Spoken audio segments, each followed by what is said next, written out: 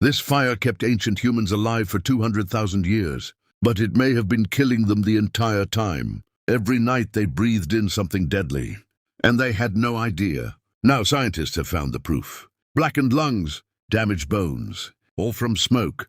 This wasn't rare. It happened to almost everyone, for hundreds of thousands of years. Here's what nobody tells you about ancient fire. It wasn't just warmth. It was poison, and it changed the human body forever. Let's go back to where it all started. About 2 million years ago, early humans discovered fire. It changed everything almost overnight. Fire cooked food, making it safer to eat.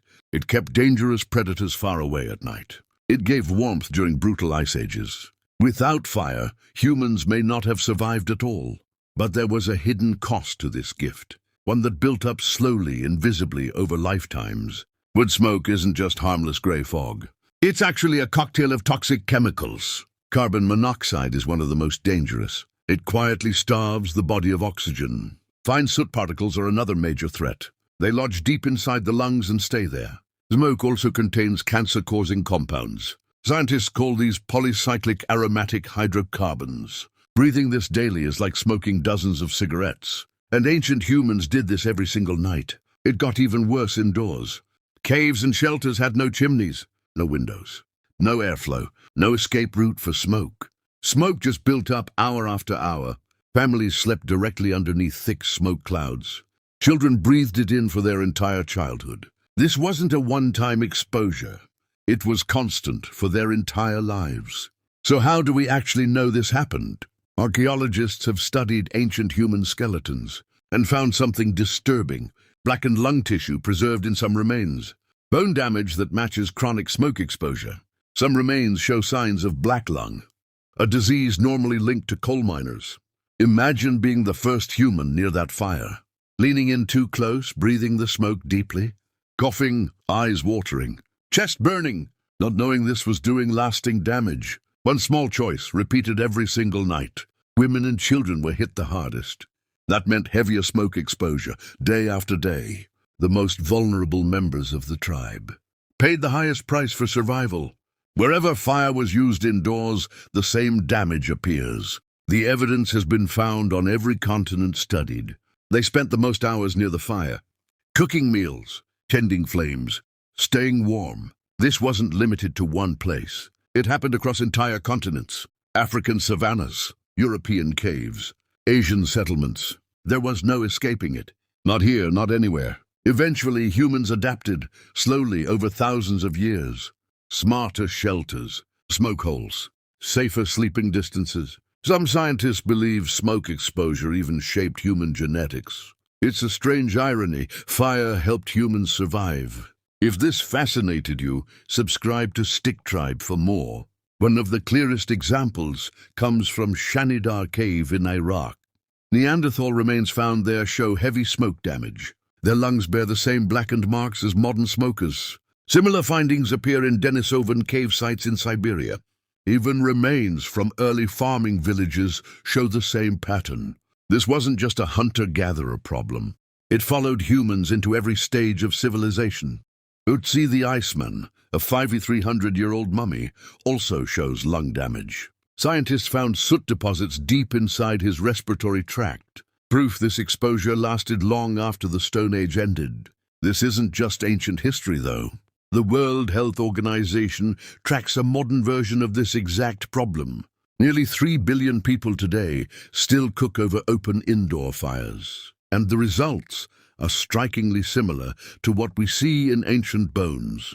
Household air pollution kills an estimated 3.2 million people every year, most of them women and children, just like thousands of years ago.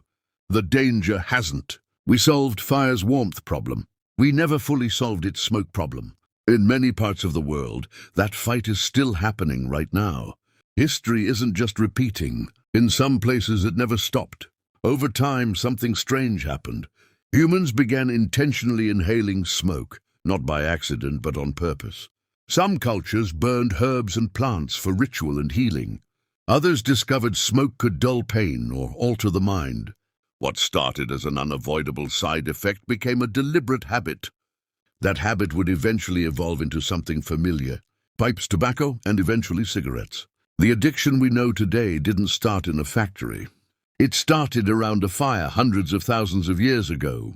If this fascinated you, subscribe to Stick Tribe for more. Smoke wasn't the only danger ancient humans embraced. Other substances carried the same hidden trade-off. In South America, people chewed coca leaves to survive high altitudes. Long-term use came with its own toll. In Asia, betel nut chewing became part of daily ritual. Dental studies today show serious consequences. Fermented drinks appeared in nearly every ancient culture. Celebration slowly turned into dependency. The opium poppy was grown 6,000 years ago. Sumerians called it the joy plant. Egyptians used incense heavily in temples and embalming. Mummified remains showed damaged lungs, just like smoke-exposed hunters. Every one of these followed the same pattern. Short-term benefit, long-term cost nobody could see. This wasn't recklessness, just the limits of ancient knowledge. Cause and effect over decades was nearly impossible to trace. Fire was simply the first example. Everything after it echoed that same first flame. Most of these habits are still part of human life today. This story isn't really about the past. It's about us. For most of history, smoke exposure stayed the same. Then in the 1700s, humans began burning coal at massive scale. The Industrial Revolution turned cities into smoke-filled landscapes. The air itself began to change. London became infamous for its thick yellow-black fog. Locals simply called it a pea souper. In December 1952, smoke trapped over London for 5 days straight. Thousands of people died from the toxic air. Hospitals filled with patients struggling to breathe. It became one of the deadliest air pollution events ever recorded. Coal miners breathed coal dust for hours underground every day. Their lungs blackened decades before old age. Doctors named it black lung disease, the same ancient pattern, just accelerated. Textile mills and steel plants carried the same hidden cost. Progress came wrapped in a familiar danger.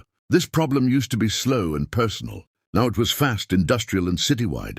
It took a real crisis for people to finally act. Change slowly began to happen. After the Great Smog, Britain passed the Clean Air Act in 1956, one of the first laws targeting air pollution directly.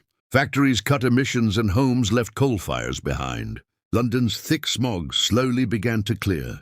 Researchers firmly linked smoke exposure to lung cancer, a connection ancient humans never knew. Modern toxicology named the dangers hidden in fire, knowledge that could have saved countless ancient lives. Engineers designed better ventilation, chimneys, filters, fans. Simple technology solved an ancient problem. Billions in developing regions still cook over open fires.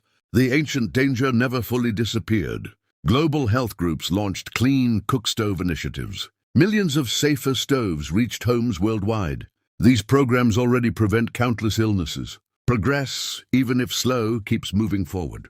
Air quality monitoring now exists in cities worldwide, an awareness ancient humans could never have imagined.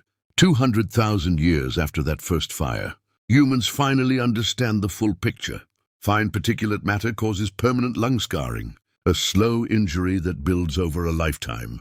Modern medicine calls it COPD, affecting millions worldwide. Its roots trace back to our ancestors' fires.